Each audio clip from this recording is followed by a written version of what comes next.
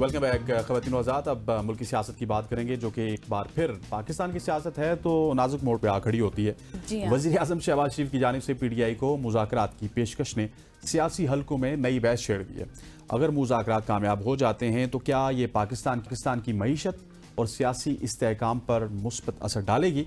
और दूसरी जानिब पंजाब असम्बली में 26 अराकीन की मअतली और जुर्माने और खैबर पख्तूनख्वा में आधी रात को बजट की मंजूरी जैसे इकदाम ने जमहूरियत, कानून की बालादस्ती और सियासी नज़्म व नस्क पर कई अहम सवालात उठा दिए हैं। ठीक है, और ये जो अहम सवालात की आप बात करें, इन्हीं पर हम बात कर लेते हैं। हमें इसार राना साहब ज्वाइन कर चुके हैं, सीनियर एनालिस्ट हैं। Thank you so much. से पहले तो ये मुझे बताएं कि वज़ीर आज़म शहबाज शरीफ की जानिब से जो PTI को मुज़ाकरात की पेशकश हुई है, आपकी इस पर क्या टेक है और क्या ये मुल्क में सियासी कशीदगी को कम करने में आपको लगता है कि मददगार साबित हो सकती है? ये बड़ा लतीफ़ा है कि एक तरफ आप उनसे उनकी नशिस्तें छीन रहे हैं, एक तरफ आप KP में उनकी हुकूमत के खात्मे की कोशिश कर रहे हैं, एक तरफ उनकी पार्टी को आप उनका जमहूरी हक नहीं दे रहे हैं और दूसरी तरफ आप उनसे कह रहे हैं कि जी हम मुज़ाकरात कर लें। इससे बड़ा लतीफ़ा इस माहौल में हो सकता है कोई? आपने उनकी जो उनका हक था वो नशिस्तें छीन ली सुप्रीम कोर्ट के फैसले के जरिए।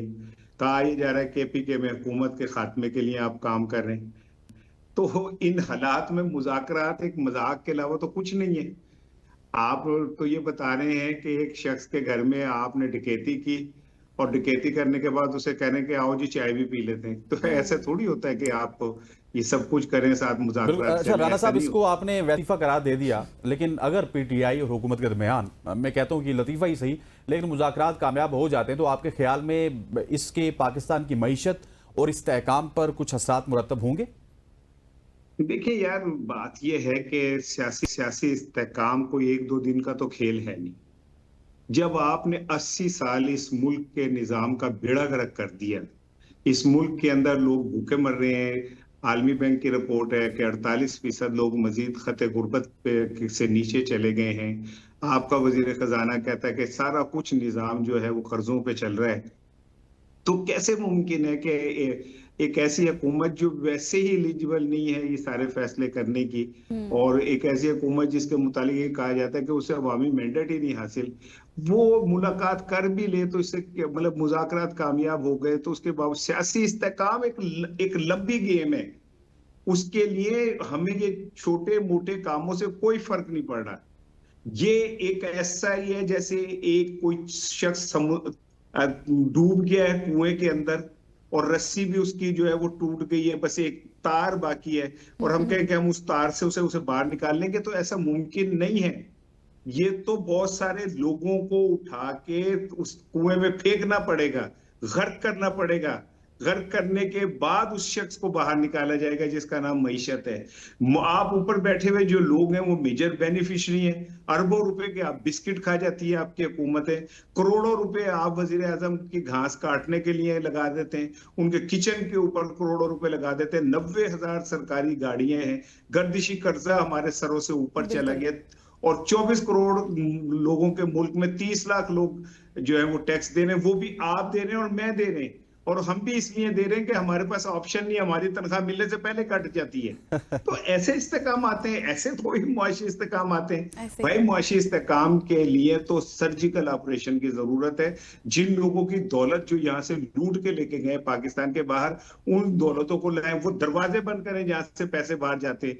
आपके 20 अरब डॉलर एक पिछले साल जो है पाकिस्तान से बाहर दुबई मुंतकिल हो गए, और आप $1.5 अरब डॉलर के लिए आप IMF के तलवे चाटते हैं। तो ऐसे इस्तेकाम नहीं आते, इसके लिए आपको कुछ बड़ा करना पड़ता है, और बड़ा करने के लिए ऊपर लोग बैठे हुए जो है ना वो बड़े होने चाहिए। वो ये छोटे छोटे लोग नहीं होने चाहिए जो सिर्फ अखबारात की सुर्खियों और चैनल के हेडलाइन बनाने के लिए। अच्छा राना साहब, आगे बढ़ते हैं। बिल्कुल आपने दुरुस्त बात की है। ये जो पंजाब असम्बली में 26 अरकान और जुर्माने वाला मामला है, उसको आप किस तरह से देखते हैं? और क्या आपको लगता है कि जमहूरियत की कमजोरी है, या फिर कानून की बालादस्ती है, या फिर आपकी नजर में कुछ और ही चीज है? ना ये जमहूरियत की कमजोरी है, ना कानून की बालादस्ती, ये हमारे जमहूरी माइंडसेट की अलामत है। हम ये तय कर चुके हैं कि PTI को बिल्डोज करना है और ताकत से उसे कुचल देना है। एक तरफ उनकी नशिस्तें छीन ली गई, एक तरफ जो है 9 मई के उसमें बहुत सारे लोग नाअहल होने जा रहे हैं, एक तरफ उनकी एक हुकूमत केपीके की खत्म हो रही है, पंजाब में जो बोलने वाले हैं उनको इस सतह के ऊपर डरा दिया जाएगा कि वो फिर असेंबली में बोल ही ना सकें, ताकि जब कोई आए तो सारे उसके लिए खड़े हो जाएं, उसके लिए वायलिन बजाना शुरू कर दें, गिटार बजना शुरू हो जाएं और पीछे मधुर धुनें शुरू हो जाएं और उसमें तकरीर हो और उस तकरीर के बाद सारे हम जो है ना वो तालियां मारें, क्योंकि ये गुलामों की पार्लियामेंट है, यहाँ तो एहतजाज हो ही नहीं सकते, यहाँ तो लोग अपना एहतजाज का हक इस्तेमाल ही नहीं कर सकते। और पहली दफा हो रहा है पाकिस्तान की क्या दुनिया की तारीख में पहली दफा हो रहा है कि जी एहतजाज हो रहा है। भाई ये एहतजाज तो पार्लियामेंट के अंदर पार्लियामेंट का मिजाज है, वो पहली दफा एहतजाज हुआ है। लेकिन ये जरूर है कि जिन लोगों को ओए तक वो बादशाह सलामत है, वो शहंशाह हैं, उनकी शान में कोई ऊंचा बोल जाए ये कैसे मुमकिन है, तो कुचल देंगे सबको। तो ये तो एक आमराना सोच की सबसे खूबसूरत अलामत है जो पंजाब असेंबली में हो रहा है। ये माजी में इस तरह की प्रेसिडेंट कभी नहीं बनी, और ये जो बन गई है, जो लोग समझ रहे हैं कि आज हम यहाँ इक्तदार में बैठे हैं तो कल भी हम बैठे होंगे, कल नहीं बैठे होंगे, कल उन्हें ये सब कुछ फेस करना पड़ेगा। लेकिन ये जो नफरत की जंग है ये कहीं रुकनी चाहिए थी, अफसोस कि ये रुक नहीं रही। और जितना साहब you're absolutely spot on। सा आगे बढ़ते हैं और सवात में पेश आए जो इंसिडेंट है उसके हवाले से बात करते हैं। उसके हवाले से भी मुजम्मती करारदाद तो पेश की गई, लेकिन खैबर पख्तूनख्वा की अगर सीएम की बात की जाए, उनसे इस्तीफे का मुतालबा, क्या ये एक सियासी हरबा है और या फिर वाकई जो जिम्मेदारी बनती है वो तो अल्टीमेटली केपी गवर्नमेंट की बन रही थी? इस हादसे का जिम्मेदार केपी के हुकूमत है और वहां की इंतजामिया है। उन्हें मुअत्तल क्यों कर रहे हैं आप? उन्हें सजा क्यों नहीं देते? उन्हें डिसमिस करें आप, उनको नौकरी से निकाल दें। मुअत्तली का से क्या फर्क पड़ता है? मुअत्तल हुए, उन्हें तनख्वाहें भी मिलती रहेंगी, बहाल हो जाएंगी। असल चीज ये है कि 2 घंटे तक वो खानदान मदद के लिए तलबगार रहा। लानत है ऐसे निजाम के ऊपर जिसके अंदर उन बेचारों को बचाने के लिए निजाम में कहीं सकत ही नहीं है। और वो जो मुकामी लोग थे, मुझे उन पे भी शर्म आ रही है। कोई एफर्ट करते, कोई लाइफ बोट्स फेंकते, कोई जैकेट्स फेंकते, कोई रस्से फेंकते, कुछ तो करते। ये पूरी कौम की बेहिसी की इससे बड़ी मिसाल कोई नहीं हो सकती। हम एक जंगल का हिस्सा है जहां हम अपने सामने लोगों को मरता देखते हैं, उनकी वीडियोस बनाते हैं और वीडियो अपलोड करते हैं कि जी हमें व्यूज मिलेंगे। ये पूरे निजाम की इस गली सड़ी लाश की बदबू है जो हमने वहां पे देखा। यहाँ पे पंजाब के हॉस्पिटल में बच्चे ऑक्सीजन ना मिलने से 20 बच्चे मर गए। क्या हुआ? कोई एक डॉक्टर को भी सजा हुई? क्या वजीर आला ने शर्मिंदगी का इजहार किया? क्या वजीर आला पंजाब ने जिम्मेदारी ली? वही ताकतवरों के लिए ये चूटियां हैं, ये मर गई, वो खानदान के बंदे मर गए तो क्या फर्क पड़ गया? ताकतवरों के बच्चे तो महफूज है ना, उनके लिए तो हेलीकॉप्टर है मौजूद है ना, उनके लिए तो जहाज भी आ जाते हैं, उनके जानवरों को ले जाने लाने के लिए जहाज आ जाते हैं। तो ये मरना मेरे नजर में कुछ नहीं। ये इस सिस्टम में ये बहुत थोड़े लोग हैं जो मरे और नजर आ गए। रोज कितने लोग भूख से एड़ियां रगड़ते हुए मर जाते हैं। इस सिस्टम को कौन सा फर्क आपकी बहुत फायदा उठाते हुए मैं थोड़ा सा आपसे पूछना चाहती हूँ बजट के हवाले से भी। आधी रात को केपीके का बजट मंजूर होना और फिर हुक्मरान जमात में इख्तलाफात भी सामने आए, किस बात की अलामत है? आपको क्या लगता है? देखें, मैं ना बहुत बड़ा क्रिटिक हूँ गंडापुर का। अच्छा।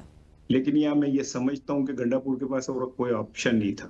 वो तो वैसे ही ये केपी के हुकूमत खत्म करना चाह रहे हैं। अगर यहाँ पे बिल ये बजट पास ना होता तो हो सकता है कि मालियाती इमरजेंसी कुछ इस तरह का लग जाती। लेकिन गंडापुर बहरहाल उनकी आज जो वफादारी है वो मशकूक हो चुकी है। उन्हें अपने वजारत कुर्बान कर देनी चाहिए थी, पार्लियामेंट कुर्बान कर देनी चाहिए थी, इमरान खान के साथ खड़ा होना चाहिए था। लेकिन गंडापुर अब बोली भी किसी और की बोल रहे हैं। वो इमरान खान के रिश्तेदारों के लिए जो अल्फाज इस्तेमाल कर रहे हैं वो काबिल शर्म है। इमरान खान की जूतियों की तो खैर वो वजीर आला बने और उनके खानदान के लिए अगर वो इस तरह के अल्फाज इस्तेमाल करते हैं तो ये गंडापुर को जेब नहीं देता। लेकिन बहरहाल मुझे ऐसा लगता है कि ये तमाम तर वफादारी और गुलामी के बावजूद भी उनकी वजारत मुझे नहीं लगता बचेगी, उनकी वजारत खतरे में। थैंक यू सो मच इसार राना साहब, सीनियर पॉलिटिकल एनालिस्ट हमारे साथ मौजूद थे और तमाम तर जो सिचुएशन इस वक्त डेवलप हो रही है मुल्की सियासत में, उस पर हम बात कर रहे थे। यहाँ पर लेंगे एक ब्रेक और ब्रेक के बाद वापस आएंगे। Stay with us.